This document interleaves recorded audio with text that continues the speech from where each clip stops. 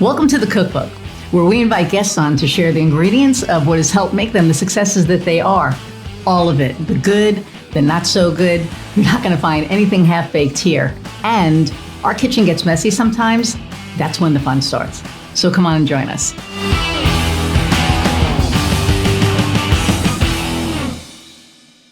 Hey everybody, and welcome to another episode of the Cookbook. Actually, this is episode 1 of season 4. This is insane to me. I'm very excited about our guest today, Lady Jen Duplessis. I was on her podcast last year, and then she was going to be on my podcast, and then the two of us, life happens, we get busy. But we are making it happen today. So I'm going to read her bio and then bring her on. So who would have ever thought that little Jenny who ain't got a penny, now Dame Lady Jen, a member of the Royal House of Cappadocia, okay, we have to talk about all this, and the Royal Order of Constantine the Great and St. Helen, would be a charismatic and award-winning international speaker who brings her stories of sorrow, resilience, tenacity, and triumph to every stage she speaks. With numerous number one best-selling books, hostess of 3 top-ranking podcasts, professional podcast guest, and producer and hostess of her TV show Business on the Vine, Lady Jen is certainly making her impact in the world. We have a lot in common with that. She is affectionately known as the team-building scaling architect. She is the leading expert in helping high-achieving business owners and executives build world-class teams so they can live the business lifestyle they always dreamed while scaling their business or company with grace and ease through enhancing interpersonal skills to obtain high-performance, tangible outcomes. Her recent awards include the 2024 Impact Mentor of the Year through IAOTP, the International Association of Top Professionals 2024. She leads Women of Excellence Award from her international speaking efforts and 2023 Network of Outstanding Women Mentor of the Year.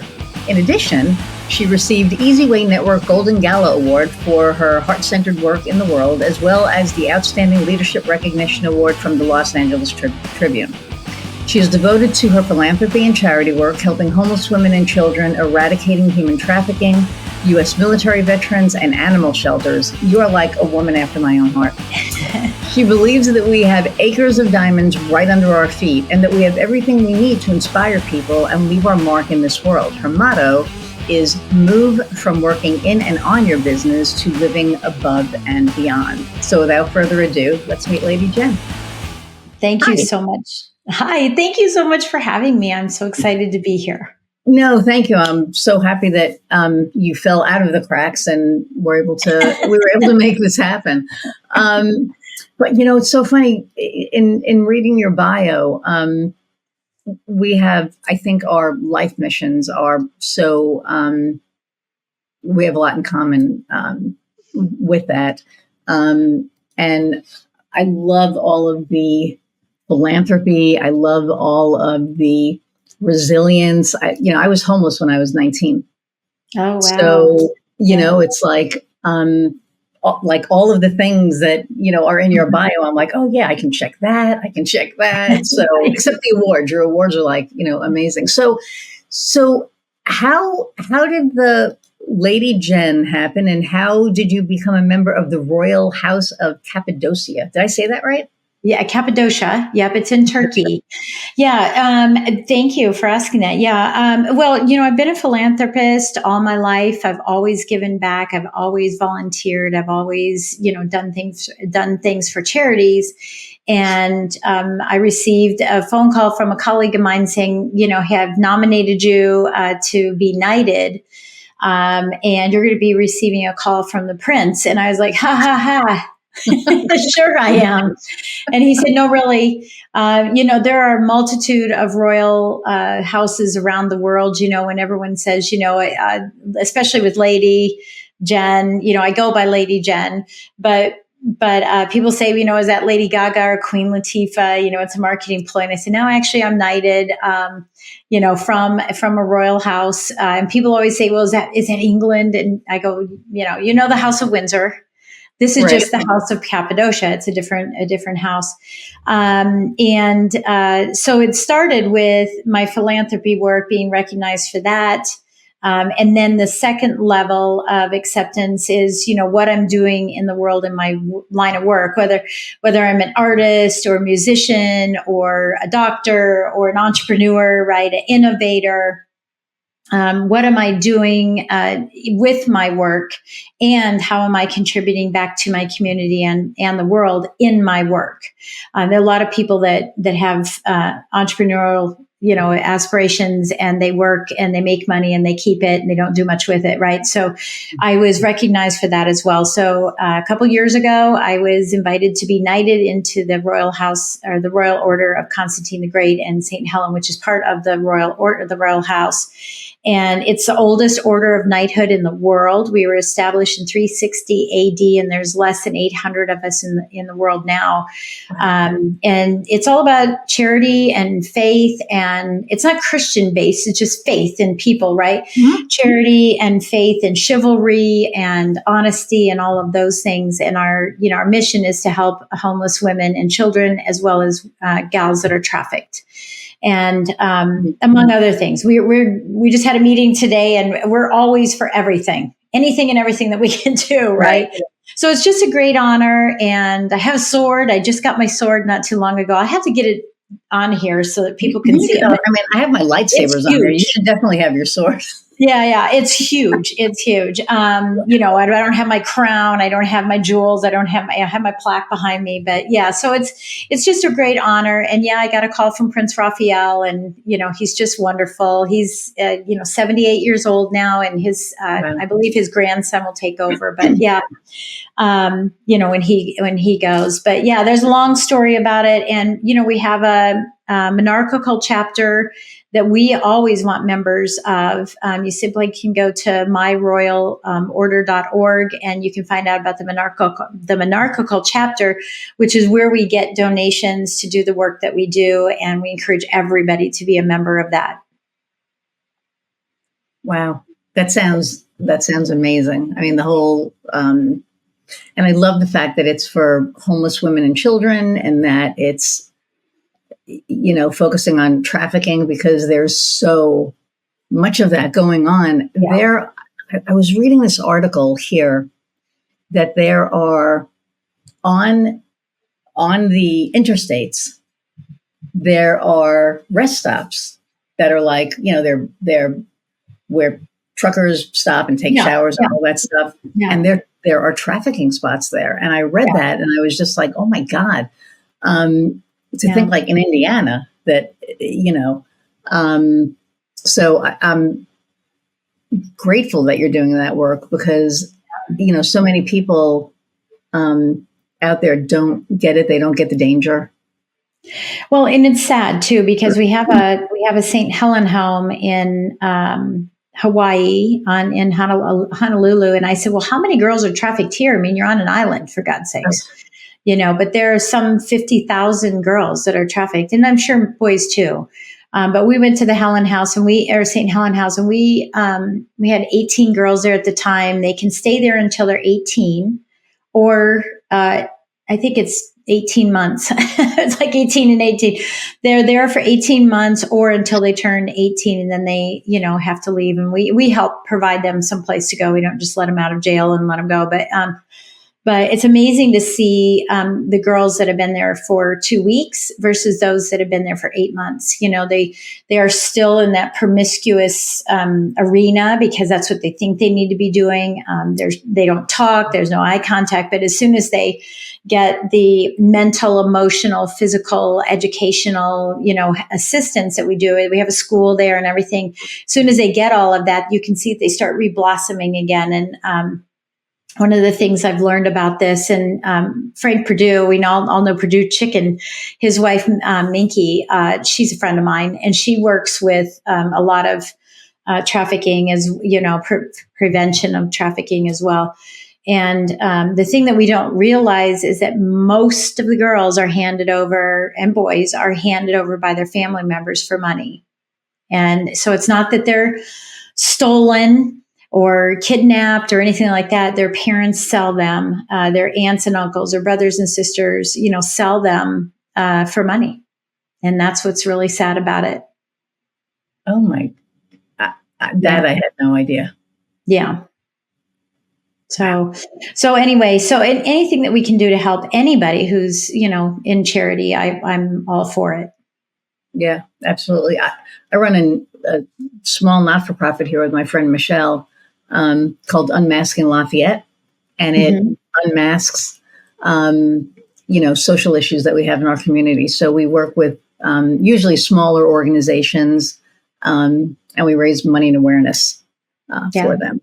So, I'll tell you, I live in the wealthiest county in the United States. You can go look it up and find out what county I live in Virginia. Wealthiest county in the United States per capita, right, of income. And we have over 25,000 homeless kids in our county. I believe it. Suffolk or Nassau County, Long Island, same thing, right? That's like one of the richest counties in the country, and they have, I don't even know how many homeless. It boggles my mind that, and it goes back to greedy people on the top keeping the money for them, and the rest of the folks, having to really scrape. And it's sad because you see these kids. Like I said, I was homeless when I was 19, but I gave back to the shelter after I got my act together. And I saw, mothers come in with their kids, and they've been sleeping in their car all winter, and then the car broke down and they had no heat. They had nowhere to go. Or it was, summertime, and they were sleeping in the park or whatever. And, if somebody threw, food out in they had leftover food, they would take their food.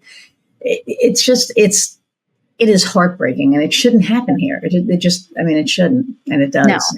No, and it does. But it happens all over the world, and that's why this particular our royal order is all over the world. I mean, we are Christians, we're Buddhists, we're non-believers, there's nothing that holds us together as far as that goes. We're all just human trying to make a difference, and that's really what our goal is. So, and you'll be hearing it more about here in the U.S. because the expansion of the Royal Order has come to the U.S. Whereas before it was all in, for us, right? Because we're in America, it was all foreign countries. If you're listening, you're from a foreign country. I know you're not foreign. We are, right? But it was all, foreign countries. And because our prince has 3 principalities. He has, Cappadocia. He has someplace in Spain, or he's from Spain. Then we have another place in Italy, and then Belize. So he's got 3 different sort of called kingdoms, but they're called principalities now because you don't really own the land, you own an area. And, and so now it's kind of branching into the U.S. So you're going to see it more and more that people here in the U.S. will have the titles of sir and lady or dame. Either one is fine. But you're going to start seeing it more because we're being asked to contribute more than we ever have before. Well, I hope that we can with our impending stuff coming up. So, because then it's going to be needed, I think, more than ever. I just hope it's allowed because I have no idea what's coming. I don't think any of us do. Yeah. No. So how did everything, because it says, Jenny who ain't got a penny, how did all of this, what was your journey to entrepreneurship and to ladyship and to, philanthropy? What was your... Yeah, well, I mean, the story about Jenny who ain't got a penny is that I'm one of 36 first cousins, and every one of us had a nickname by 2 of my uncles. We had Stan the Man and Gene the Machine and Loads Lori, and not so much Loads Lori. They would just call her Loads. I still call her Loads. They call me Jenny. Mine just happened to be Jenny who ain't got a penny. The only problem with that is that at the time that I was called that, my mom and dad, I was the only child. Only sibling that had an only child. And I didn't have siblings until I was 13 years old when my mom and dad finally had another child. Wow. And just, that long. And so I didn't quite understand it, except that I was this lonely Jenny who didn't have any siblings. My mom and dad were the poorest of all the family. My father was an alcoholic. My mother was a verbal abuser. She was my first bully. And, so they felt bad for me and said, oh, poor Jenny who ain't got a penny. And of course, back then remember the penny loafers. We actually put pennies in your loafers, or I had pennies in my shoe. And so I always had a penny in my shoe and I would, ha, ha, ha, and pull the penny out. I have a penny, but I didn't quite understand it. He told me I'd be worthless. He told me I'd be an alcoholic. He told me I'd be poor. He told me all those things, all these uncles. And looking back on it, and now, he just passed away this year, my uncle.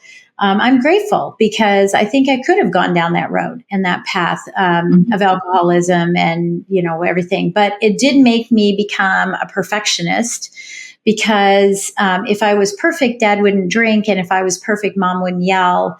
And so then I just became this perfectionist that I wanted to prove to them. There's other stories that triggered everything, but I wanted to prove to them and others that I wasn't going to be Jenny who ain't got a penny. So, I set out on all these competitive natures. I was runner-up Miss Colorado. I was a tennis champion. I played flute and piccolo in the Colorado Springs Symphony when I was in high school. You name it, I did it, right? Because I was achieving, and I'm waiting for them to say they're proud of me or good job or, you've won or whatever it was. And so I always felt like I wasn't worth anything because I wasn't doing enough to warrant that pride that they would tell me or that great job or the pat on the back, none of that. And that perpetuated into my work career. And, I became the best at everything I did. I was in the mortgage business for 40 years. And I was top in the country, top 200 loan officers out of 1 million, funded over $1 billion in loans, which very few have done. Just top. And that constant proving. And then, one day I just said I'd had enough of proving and I wanted to start living. And I changed the way that the trajectory of my life was going to go, even though I wanted so badly not to repeat history. Mm-hmm. I found myself repeating history by having work be my alcoholism. And me bullying my kids in the matter of, don't you realize that I'm on this phone for you? I'm trying to make a buck. I'm trying to survive. I'm trying to make sure that we have money. I'm trying to be successful. And you are preventing me by pulling on my skirt while I'm talking to a client on the phone, right? So I had really just become this bully to them as I tried to prove and be perfect on the other side for being my dad, and being this workaholic. And I just had enough. And I set out to find a way that I could do the volume of loans that I was doing. And I was in the top 1% at that time. I ended up being the top 0.003%, but at the top 1%. But I thought, gosh, I just want to find a way that I can do it and have a life. I want to find a way that I can do the same amount of volume I'm doing, the same revenue I'm generating, but I want to be able to do it in 4 days a week. And so I set out to do that. And of course I did. I tripled my income. I tripled my production. And I tripled the time I had with my family. And I've not looked back, and my mom used to say to me, you have such a great quality of life. Because you get to go here and there because we have money, right? So we go here and there. And she said, and the kids do this and they've been to Hawaii and, and they're 13 and 14. And I was 40 by the time I got there, taking them with me, right? But they have all these things. You have such a great quality of life. And then I slept on that. I woke up the next day and I looked at my husband and I said, I don't want a quality of life. I want a life of quality. And for me, that was profound. I don't want to keep up with the Joneses. What I want to keep up with is what I want. Right. And that's why I talk about in, on, above, beyond, because, most of us work in or on our business. And I just believe you shouldn't be doing either. You should be working above and beyond. And everyone's beyond is different. Some it's having another business. Others it's sleeping in. Some it's traveling. Some it's learning a new language or dancing. It's whatever your beyond or what your definition of success is. And so that was the path that I took. And so I've always been an overachiever in everything that I do. I wouldn't say I touch gold, touch everything in terms of gold. I have to work hard, but but I've been an overachiever in everything. I'm a constant learner. I never feel like I know all the answers. I still have so much more to learn. But I'm in a point in my life now where I don't need to work, haven't had to work for years, but I want to work. I want to give back. I want to impact. And I just definitely don't want other entrepreneurs to go through what I did. I have the shortcut, and I love sharing that shortcut. That's awesome. And it's funny. I was talking to a friend of mine actually yesterday. I'm a professional singer, so for the longest time I was like, I just want to find a band, but to play the music around here that I want to, our values don't align. I'll just leave it at that. So for almost 6 years, I wasn't in a band, and then somebody reached out, and our values did align, and so now I joined this band. And I've been with them, I think, like 3 months, and we're doing our third gig on Friday. But it's so much fun, right? Because I get to do that. And I think that, at the end of the day, that's the key, is that we get to do things. Because there's so many people that are like, I have to do this. I have to work with this client. I have to get up at 9 to feed the dogs. I have to. And for me, and I have it written right up here, right? It's like, I love that I get to help people. And I love that, I help businesses, I get to do these things. So, and that is like, it's so freeing, because it gives you that outlet that you need, right? So you can do the stuff that you do, you work with your clients, you do your thing, and then you get to do this other thing. And I think that's what we all achieve. I mean, anyone who goes into entrepreneurship with that, the expectation that every one of us goes in is to have freedom. And what we end up having is a low paying job that we work more hours and don't have insurance. Yeah. And so I want to change that for people. I want them to realize from day one, you can have that beautiful life of quality. You can be successful. You can buy your time by building a team, Right. And I've had people say to me before, the only reason you do that well is because you have a team. Exactly. That's exactly why, because I can't do it all myself, nor do I want to. Right. But you also have to be able to be at that point that you can have a team, because, I mean, I'm a believer to hire them day one. I hired my operations director. I don't call anybody an assistant. I hired my operations director the day I left lending, and I left lending on a Monday, and on Tuesday morning I was doing this. Wow. And that'll be 7 years ago, coming up here in March. And I hired her on that day because it gave me the momentum to not sit on my laurels with all the freedom I had.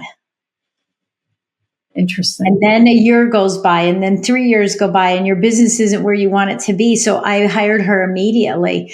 And we have to remember, if you hire someone for $50,000 a year, $60,000 a year, $20,000 part-time, you're not paying them $20,000 today. You're just buying some time so you can go and do what you do best and bring in the money that supports them, and they support you. So I'm actually of the opinion you should hire someone right away, even if it's 3 hours a week. You have to get into the mode of understanding that, hey, someone else is relying on me. So I've got to kick myself in gear instead of basking in the freedom I just got as this entrepreneur, right? Because you can become very complacent with it. Yeah. And it's not, I mean, there are a lot of people that, for me, when I first became an entrepreneur, it was out of necessity, not out of, not like leaving corporate and saying, oh, I'm going to do this. I was working for a company. Our values didn't align. I got fired. And it was like, what do I do? Yeah. Right. Yeah. Do I, I'm not one to sit home and collect unemployment. Right. So I was like, I got to figure something out. And then one of my clients from that job said, let's start a business together. And I went, we met and, weighed the pros and cons and said, okay, let's do it. And it was the best thing that I ever did. We're not partners anymore, but, and I kept everything in my name because we were in 2 different states. So I, was pretty smart about it. But, at the end of the day, when I look back on everything and and that was 10 years ago, how everything started and, where it is now. And the business acumen and knowledge that I had then and that I have now is like night and day. And I know I'm going to be on yours next week, and we're going to look at do a review, and it's night and day, even in a year. Yeah. Well, and I think that's why building a team also from the very beginning, elevates you to a leader. You're mandated to be a leader. If you get stuck in, 3-4 years of being a solopreneur and doing everything, it's harder to let go, even though you're probably, if your business is thriving, you're at a capacity where things are falling through the cracks anyway, but you don't see it. And so you're like, well, I want a mini me, which is the worst thing in the world. You don't want a mini you, because a mini you is things are falling through the cracks. You want someone who can fill the gap on things you don't like to do or that you're not good at doing. And, so to your point, with partnerships and the growth that you have and I think that you are, because I have years and years of management and team building and leadership and training, and I was all of those, but you have to first be a manager, and then you can be a leader. You can't be a leader without knowing how to be a manager. And there's key differences in how you function in each one of those categories. And a lot of entrepreneurs are great widget makers and decide that they can have a widget making company, but they don't have the skill set to be able to bring people on. So even if they wanted to from day one, they might be afraid that if they bring someone on, they're not going to last long because they don't know how to hire people. They don't know how to keep people on. They don't have systems in place. There's a lot of reasons why, businesses don't grow or don't scale. Yeah. Yeah, absolutely. And we're in the scaling stage now. So I'm getting all my systems in place. And it's so funny because the person that I'm working with, laid the business out on a map. And it was like, oh crap, no wonder. Everything started clicking oh, okay. So, and I look at my my internal team, my external team, my, my client base, what's the onboarding process? What's, all the different things. Everything. Everything. And it was just it blew my mind. I told my wife, I was like, come here. And she's like, what? I'm like, that's the business right here. And she was like, holy shit. I went, I know. Who knew? Because I was just doing all in your head. I mean, that's some of the you're just doing the thing, right? Yeah, because you're doing and doing and doing. And then when you hire someone, they don't know what you need them to do because you don't have it written down, but you hire them for the job title, thinking they're going to know how your company works. I mean, look, you could go into Chick-fil-A and be a cook, and then you could go to McDonald's and be a cook, and it's different. The job title is the same, or you could go to a high-end restaurant and be a cook. The job title is the same, but the job itself is different every single company. And if you're not prepared, we have a tendency to blame everybody else and point our finger and go, they were horrible. They were this, they were that. When we should, in fact, be thumb pointing at ourselves and saying, I was horrible. I was this, I was that. I wasn't ready. I didn't have the system. I dropped the ball. And my team knows that if anything does fall through the crack or if anything happens, it's me. Yeah. It is not them. It's because at the end of the day, the buck stops. SOP, right? Immediately, it's like, okay, let's put an SOP in play here, because they're needed. Even when you think you have it done, it's a living, breathing document. There's always something new. I remember when I first started. Works in progress, I think, personally, professionally, absolutely. Right? Well, personally, but from a mindset and mechanic perspective, but I remember when we first did our client experience, our system, for fulfillment, it included fax. Well, then we had to change it to email. And then we had to change it to something else. And we had to take it out because it didn't make any sense. Right. And so those progressions will happen, and your team needs to know what's happening and what's on your mind. And you have to relay it. There's not a veil between you and your team. There just can't be, because they are your voice. They're your message. And in order to empower them, they have to know exactly how you think. Otherwise, you're enabling them and they can't think on their own, and you're pulled back into the business constantly. Yeah, we have a weekly team meeting just to kind of keep everything, going smooth, and, what's going on this week, what do we have? And at some point I will have an operations person so that I can pull myself out and they can have that meeting and That's then just send me, right? And then just send me a summary of the meeting so I know what's going on so I could do my thing. And because the best thing that I do is sales and talking to people and getting clients. Right. And paying for that's how you're buying your team. You're buying your time, right? Yeah. Exactly. Yeah. So what, a lot of people listening to this are entrepreneurs. They're thinking about becoming entrepreneurs. They're, C-suite, they're in corporate and they're thinking about leaving. What advice would you have for somebody thinking about becoming an entrepreneur? Well, I think, one of the things that we have to understand is that everyone has a different business DNA, skill set DNA, experience DNA, personality DNA, right? Everyone has that. So I don't think there's one answer for that. Immediately when I think C-suite, someone who's leaving that is they may have forgotten what it's like to do the everyday work. And that may be challenging for them. They have to learn how to do what is out there and available right now. I hate funnels. I hate writing emails. It's not what I like to do, but I learned how to do it so that I knew what the value was on hiring someone to do that. And so there's a lot of pieces I don't like. I don't like doing social media posting. I mean, it's very rare that I will do my own posting. My team does all my posting. I'll once in a while go in and say, hi, I was having a cookie or something like that. But they do everything because I don't like doing it. Right. But I don't ask them to coach people. I don't ask them to participate in masterminds. I don't ask them to speak on stage, right? So don't ask me to do your stuff either. So I think from a C-suite perspective, maybe a couple things would be just making sure that you go back down, you're in the ivory tower, go back down to the first floor and get some new blood so you understand what's relevant now, because once you're disconnected like that for so long, sometimes you miss out on the opportunity to be an entrepreneur. It's almost like you're past it. You're so overqualified for being an entrepreneur that you just don't have all the pieces. You know what you do in your job now, but you don't know about all the pieces. I think that's one thing. I think the other thing is to be careful. If you are a C-suite person and you got there through attrition, there are probably some gaps in your management and leadership skills in understanding how to read people, how to speak to people, when to talk fast, when to talk slow, when to talk loud, when to talk soft, right? All of those pieces may be missing, and you're stepping into something that is, if long as you want to be the sole person for the entire time, go for it. But if not, get those skills created before you make that move. If you're a widget maker and you think you can do it better than your boss, who's a widget making company, again, I would say you better understand P&Ls. You better understand finance. You better set everything up the right way. Nothing should be in your own name.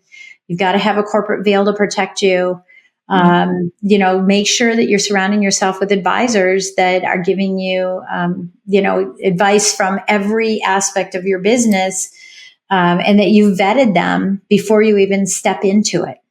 I was talking to someone who's been in business for about 8 years now, and she's never put together her operating system. She doesn't have her certificate signed for her corporation. She doesn't do monthly meeting minutes. And that's a $3,000 fine for each infraction. And that's scary. There's a report that has to be delivered here by the end of the year as we're recording this, right? That has to be at the end of the year. It's a $10,000 fine if companies don't file this report with the IRS. It's so funny because I filed it, I guess, when they first said, whatever. And then I went to file it again and it said, error, this already exists. And I was like, well, then I don't know what you want. Yeah. So. Yeah. Well, and it's hard because if you have multiple, I've got like 18 businesses, so I have to do it for every single one of my businesses. Mm-hmm. And it's like, did I get them all? Did I get them all? Because I don't want that $10,000 fine. But these are little things that you need to surround yourself with smart people to help get you through, or learn it yourself so that you can handle it until you're ready to pass it off on other people. So the advice is get advice. Well, right? there Get you a lot go. of advice and work with someone immediately to hit the ground running. And, I don't like 5,000-foot runways. I like a 500-foot runway. Let's get off the ground. Let's get things moving quickly, and make sure that you personally, your personal development is prepared, or at least a plan to prepare it. Yeah, well, you definitely need a plan in place. And there are a lot of people that that have been on here and that I have, spoken with just in general that, they start their business, and same thing with me. We have no idea, like what the ins and outs are when we first started. And so many people started thinking that, they're going to hit it rich in 6 months, and they're going to, like all the things are going to happen quickly. And that's not always the case. Right. But I also feel that, there's like this expectation of all of this, free time, like you talk about. And Yeah. for me, it didn't happen in the beginning. I mean, I have way more free time now than I did, but straight out of the bat, you have to Put me, in the time. That's the in. That's put in the in time. your business. Yeah. Yep. That's the working in your business. And really it's the proof of concept, and it's trial and error. And, and it's, I don't know, it's also knowing the 4 stages of growth. And technically, if you look this up online, it'll say 5 stages of growth. The 5th stage is success. But I think that the 5th stage is the beginning of the next level. I don't ever see that as success. It's like, okay, that's the springboard to the next level or the next thing. But the 4 stages of growth, and we all have to go through them, is formulation, concentration, momentum, and stability. And a lot of people will get a lot of momentum in the beginning because there's all this excitement around it, but then it falls because there was never formulation. They got too much business coming in. Everybody said, oh my gosh, you're going to do that? Okay, I'll send you business. I'll start working with you. But the systems aren't in place. The foundation isn't built.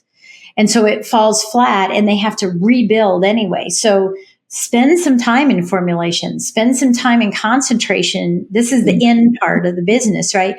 Where you're spending time in that concentration and testing it and recording it and tracking it and changing it and going back to formulation in one area and working on another thing, so that you can create that momentum that allows you to get to that stability. But those things, I think a lot of people just want to get up to that 5th stage, that success, that landing zone. But what is it? I mean, what is it for you? Gosh, when I look back, I turned 61 last week, the day after Thanksgiving. I turned 61. And I remember when I was young, and I was probably 25, 26 years old. I already had 2 kids. I was already married for 7 years, right? I'm now married for 41. And, my goal, what I thought success way back then was a Mont Blanc pen, because if all these men were wearing suspenders, wearing their suspenders, and we're driving Beamers, right? The BMWs, and they called them Beamers, and they were doing all that, and they had those Mont Blanc pens, and I thought, oh my God, that's all I ever want, and back then they were $199. Now they're $599.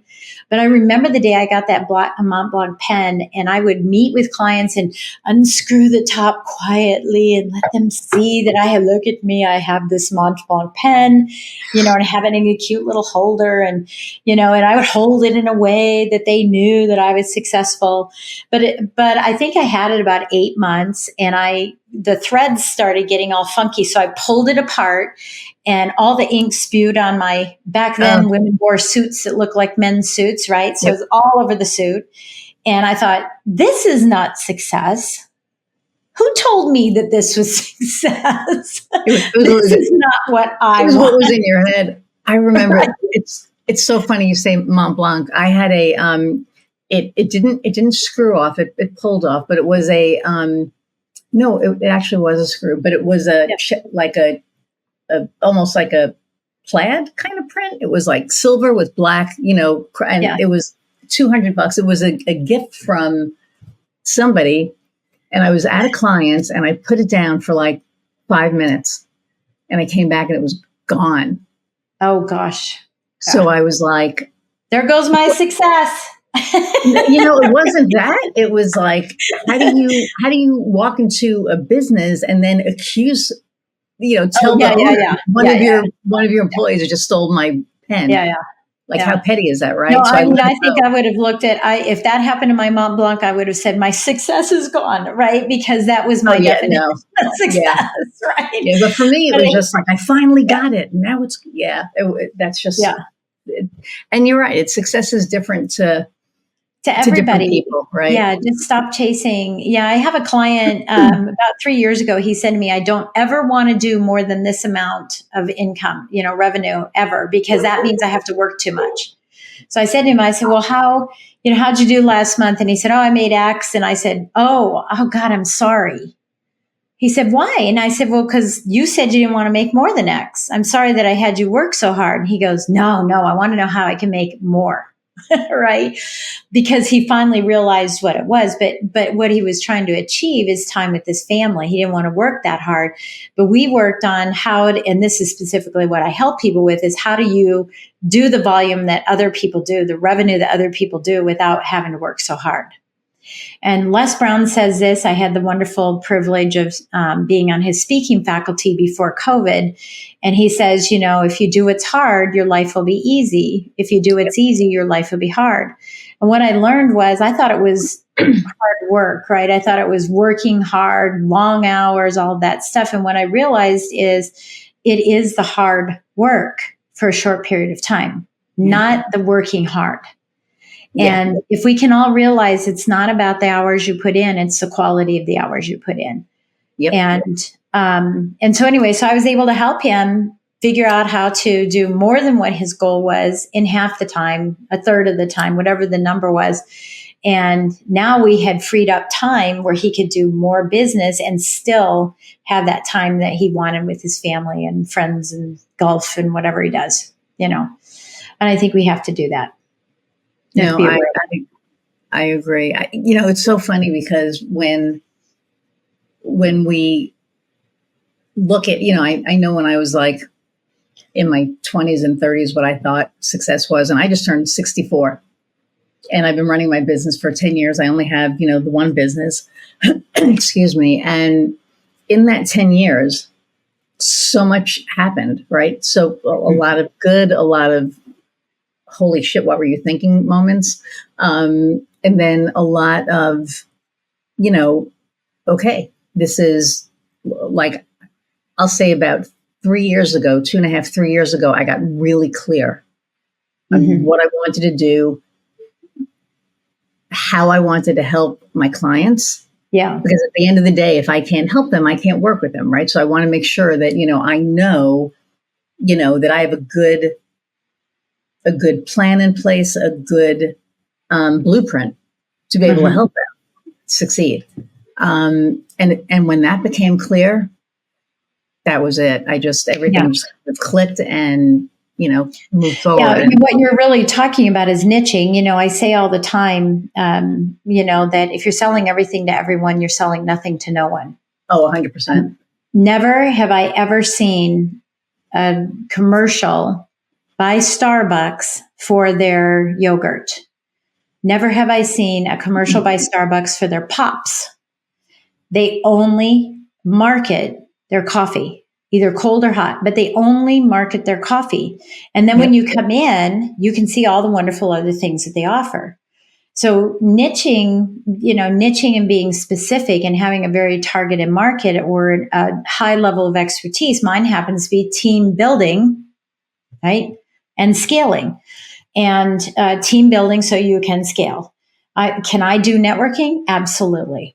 Can I do hiring? Absolutely. Can I do marketing? Sure. I can do all of that.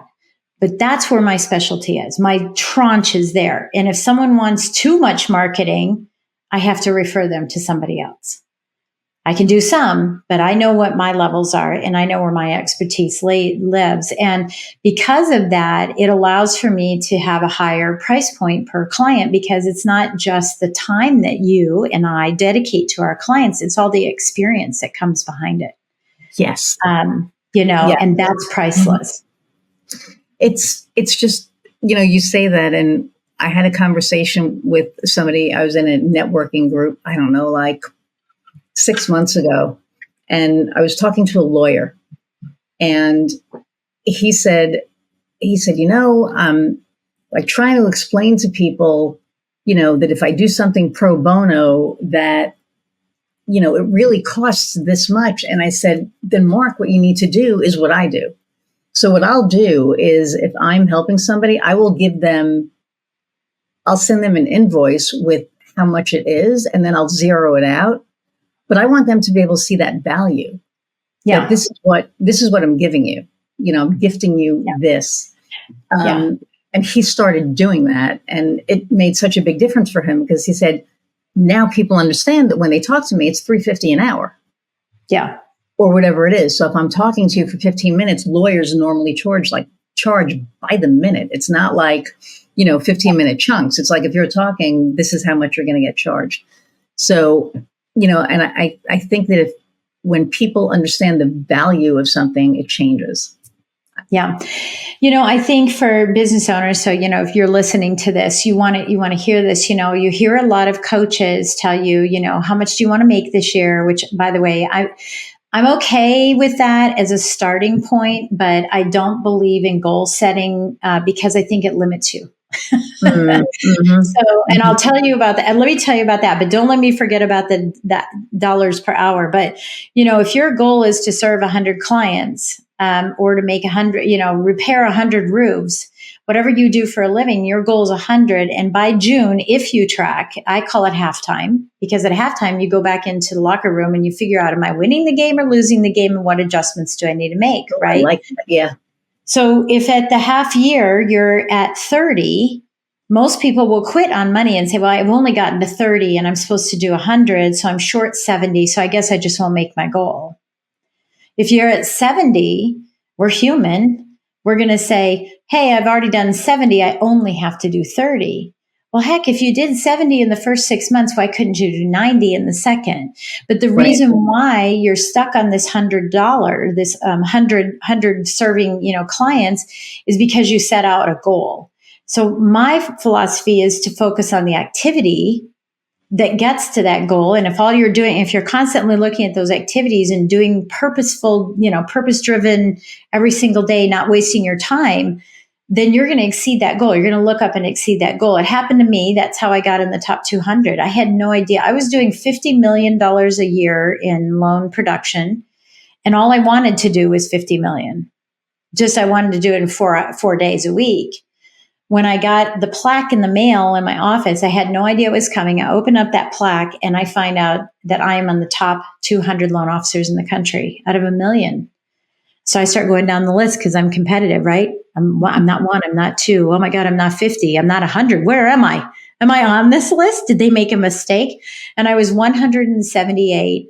And I scrolled over to the volume, and the volume was 102 million. And I was doing it at 4 days a week. So that's what happens when you focus on the activity, the purpose-driven, the intentional activities, rather than focusing on the goals. So the goal is a great place to start, but it's not the only place. And people do way too much emphasis on that. And I think every time you'll exceed the goals if you do the job, if you do the activities.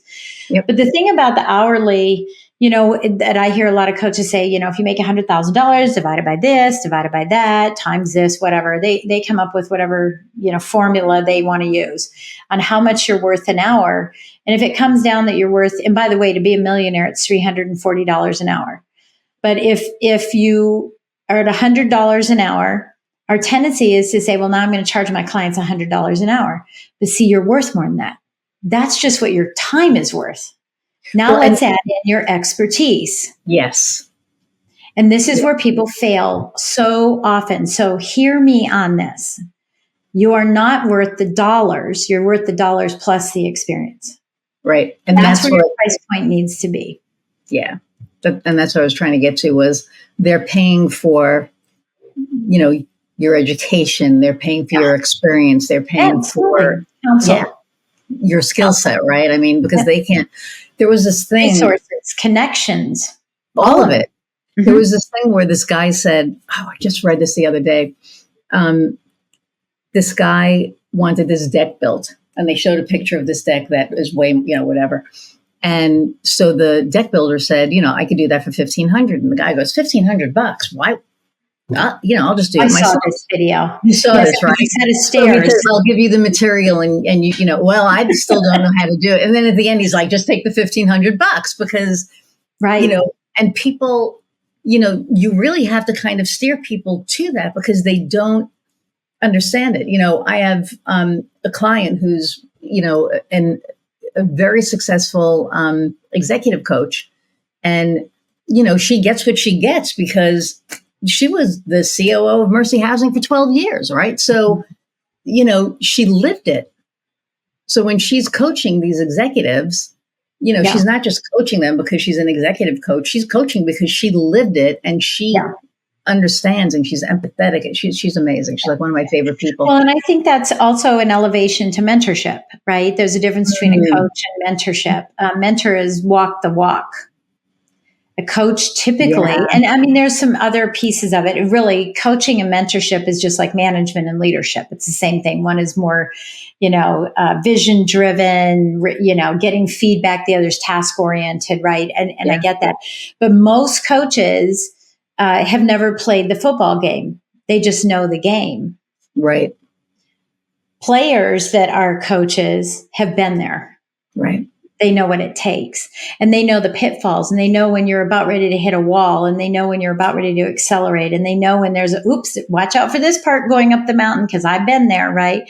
And I think that that's why, people can command and demand more money because they are mentors, not really coaches. I mean, they're using the word coach, but it's really a mentor. It's really a mentor. Yeah, that's a good point. I speak to this entrepreneurial group. We have a college here, Ivy Tech, and I'll talk to them. They'll call me in every quarter to speak to the new group. And this last group that I spoke to, there was one kid he was 18, which I didn't realize he was 18, and they wanted to do mobile welding. Mm-hmm. I said, that's fantastic. I mean, how many people would have a mobile welder and then somebody was like, well, who would need that? And I'm thinking an iron worker, somebody who's working on their house. There's like a million, different things that you could do with that. And he said, the only problem is my brother. I said, well, what's with your brother? He goes, well, he's the one who does the sales and no, I do the sales. He does the actual welding. I said, so you can't get him to do the welding? He goes, well, I can't get him to, get going. I said, well, have you done any sales? He said, well, no. I said, so how is he supposed to do the welding if you haven't done the sales, right? There's like nothing for him to weld. So, and then I wasn't being demeaning, but I was like, I said, so how old are you? Because there were a couple of older people and I mean like, 30s, 40s, 50s, whatever. But, he goes, well, I'm 18. I said, okay. I said, how old's your brother? And he said, well, he's 23. I said, okay. I said, so the advice that I would give you right now is to look who needs this service because you want to start this business. I don't blame you, brother, because if I didn't have any sales and I don't have a job to do, I'm going to keep my job, whatever. Right. So, right. But the look of when the light bulb went off, he was like, oh, I have to sell stuff for him to do stuff. It was, like, yeah. Well, I mean, this is why coaching and mentorship, masterminds, having a advisory board, for your business is so critical because we can't see our own ears. We just can't. We can't see. And I've had coaches of mine tell me, don't you coach on this? Yeah, actually I do. And he goes, well, then why aren't you doing it? And I go, because I can't see my own ears. That's why I hired a coach. Yeah. We just can't, and I can see it in others, but I'm not seeing it in myself, and that's why it's so important. And honestly, I wouldn't work with a coach who didn't have a coach because then they think they're the know-it-all. Now, in between coaches is fine, right? But you got to get a coach. Everybody, Tony Robbins has a coach, right? Whoever the political, people have coaches. The high-end people have coaches because they need someone to see what they can't see. And if your coach doesn't have a coach, then they think they see it all. Right. Well, I don't know if I told you this when we talked, but I had a coach 8 years ago who said, you know, I needed to be less me.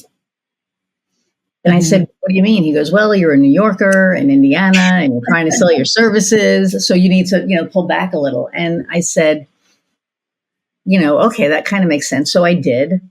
And I was getting business, but as soon as the real me came out, I didn't keep him. So I fired him because it was like, I needed to be authentic. I didn't need somebody to tell me to be less me. I needed somebody, right? I needed somebody to be like, you don't want someone to squash your personality. No, I just left the networking group because, at the end of the day, it's like, there's like a thing out there, I'm not intimidating, you're intimidated. And, if you're intimidated, I'm not going to make myself small for anybody. I'm just not going to do it. Right. Yeah. So, and it was because that's a jealousy and an envy anyway. I mean, I've heard that all my life that I intimidate people, but if you're watching this instead of listening to it and you see that we're two different women, we have two different styles, we have two different temperaments, right? Personalities. And we're both considered intimidating. That's their problem. It's funny. Yeah. That's their problem. And I just kind of laugh because, I know I have an alpha personality. That's who I am, but that's what's made me successful. Yeah. Is because I can walk into somebody's business and, I was told that I was a strategic listener.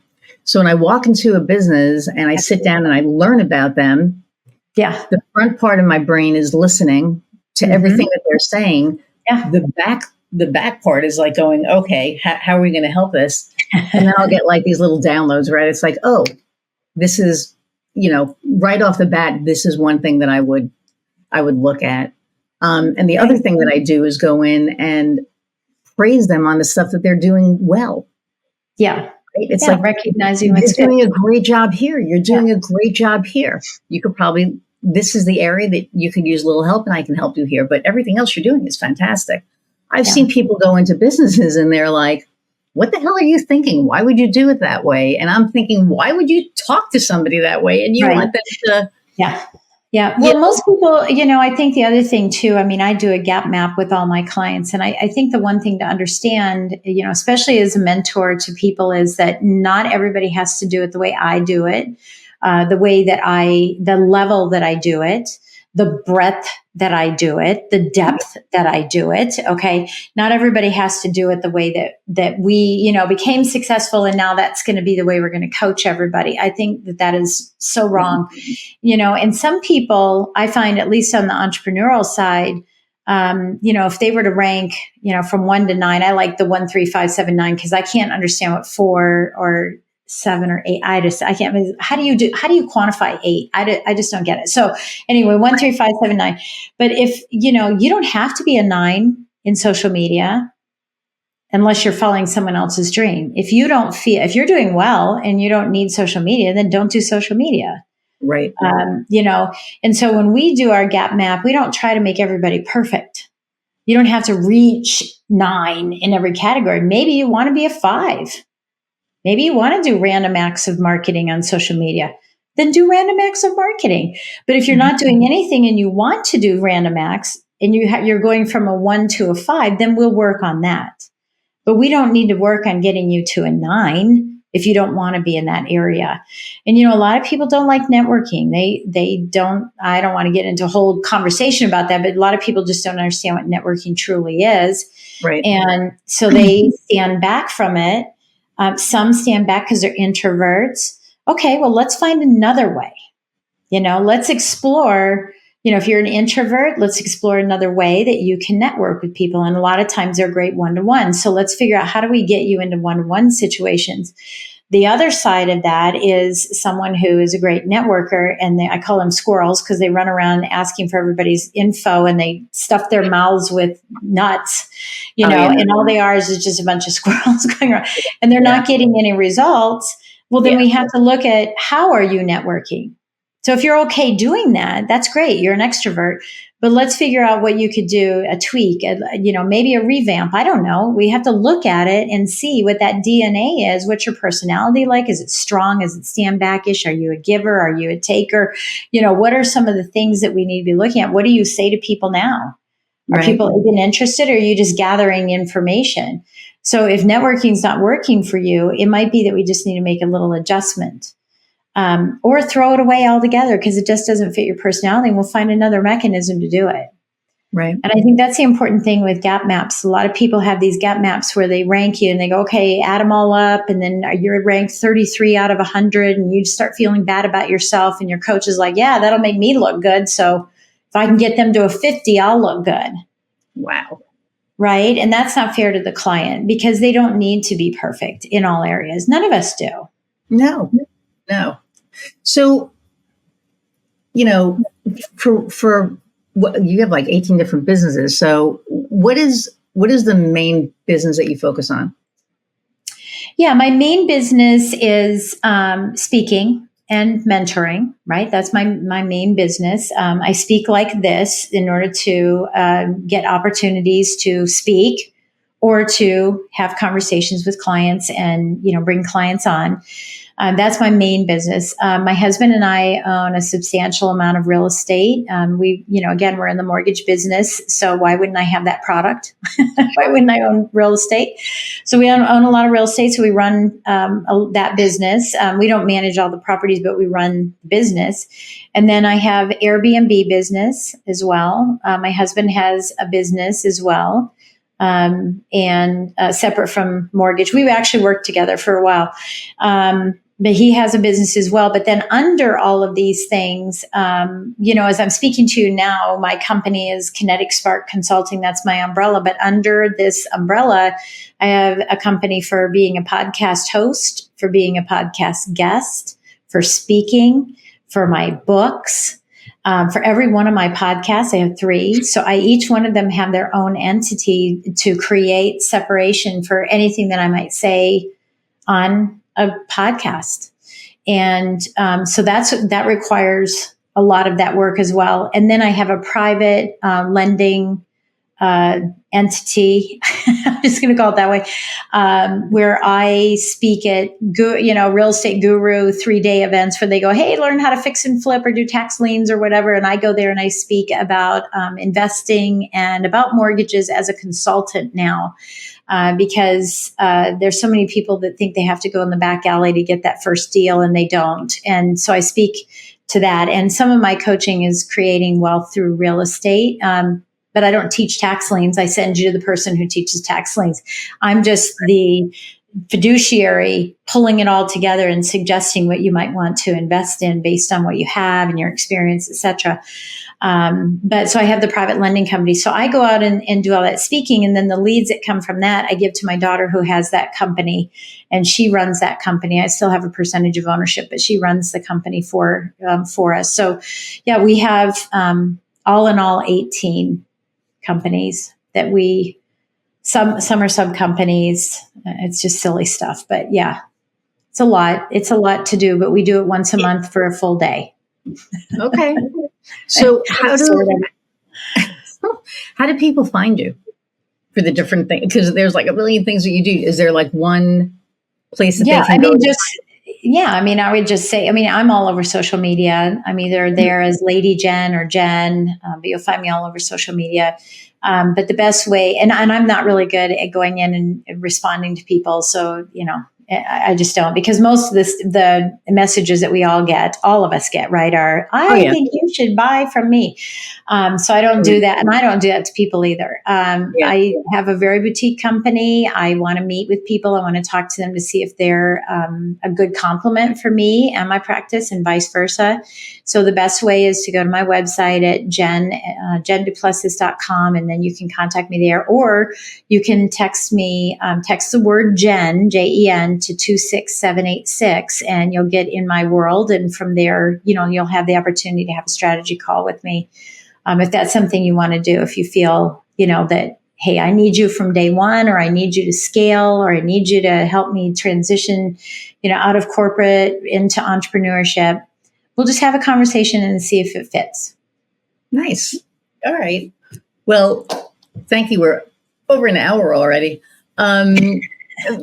which is so funny. People, I'll tell people that the podcast is an hour and they're like, oh my God, an hour. And I'm like, it just goes so fast. Oh, yeah, it flies by. Plus, you can divvy it up. You have all kinds of stuff to divvy it up with. Yeah. I mean, true. So thank you so much for taking time out of your day. Of course. My all pleasure. the places to find you will be, and the socials will be in the show notes. And the last question that I ask all my guests is, what lights your fire? My family. My family by far. Yeah. Everything I do is for my family. Everything I'm creating, the legacy, the dynasty, whatever you want to call it, is for my family, right? My kids. Even what I'm doing as a lady, and I may level up, in the order. And, if I do, then I'll leave that legacy for them. I'll be able to give someone that title. So I'm hoping that, I'm leaving a legacy for my family. So when I wake up, I don't think time to make the donuts. I'm just looking for who can I help so that I can help my family. Wow. Yeah. I love that. I love that a lot. All right. Well, thank you. Hang on one second. I'm going to say goodbye and I'll be right back. Hey, everybody. Thank you so much for hanging in for an hour plus. Click the subscribe button, like, share, review, leave a review. Also, let us know what nuggets you've gleaned from this episode. Let us know in the comments. Really appreciate all of you for here we are, the beginning of season 4. We have a lot of really good guests coming up, so keep watching. And again, I want to thank you. And until next time, go out and find what lights your fire. See ya.